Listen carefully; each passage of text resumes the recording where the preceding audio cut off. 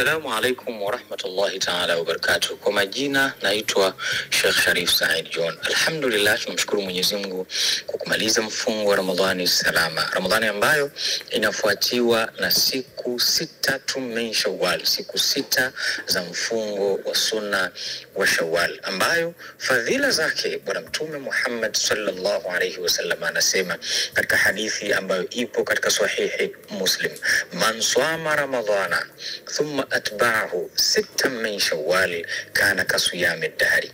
Yote yule atakayefunga Ramadhani kisha akafuatilizia na kufunga siku 6 za sunna katika mwezi wa Shawwal, atalipo malipo mfano ya kwamba amefunga mwaka mzima.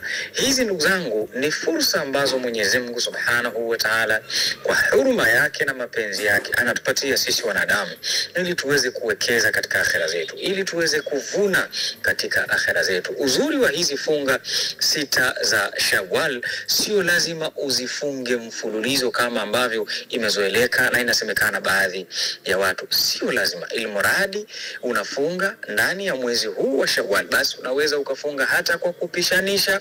Mathalan, wiki hii ukafunga siku zako 2 kisha ukapumzika, wiki inayokuja ukafunga 2 tena kisha ukapumzika, wiki inayofuata ukafunga 2 nyingine za mwisho kisha ukapumzika. Ilmuradi tu ni ndani ya mwezi huu wa Shawwal ukawa umezipata fadhila za wewe funga muhimu sana za 6 min Shawwal. Swali lingine ambalo watu wengi wamekuwa wakijiuliza na hata watu wengi wamekuwa wakiniuliza, ikitokea sasa kwa mfano mtu ameumwa ndani ya mwezi wa Ramadhani, au mama zetu ambao kwa kawaida wanaingiaga ada zao za mwezi ndani ya mwezi mtukufu wa Ramadhani na kupelekea wao kufungua masiku kadhaa, 3, 5, 7. Sasa je, Ramadhani imeisha, kipi aanze nacho? Anatamani kufunga 6, aanze na kipi? Aanze na kufunga zile siku ambazo alifungua kwa maana ya kulipa lile deni, au anaweza akaanza na hizi 6 alafu ndio akalipa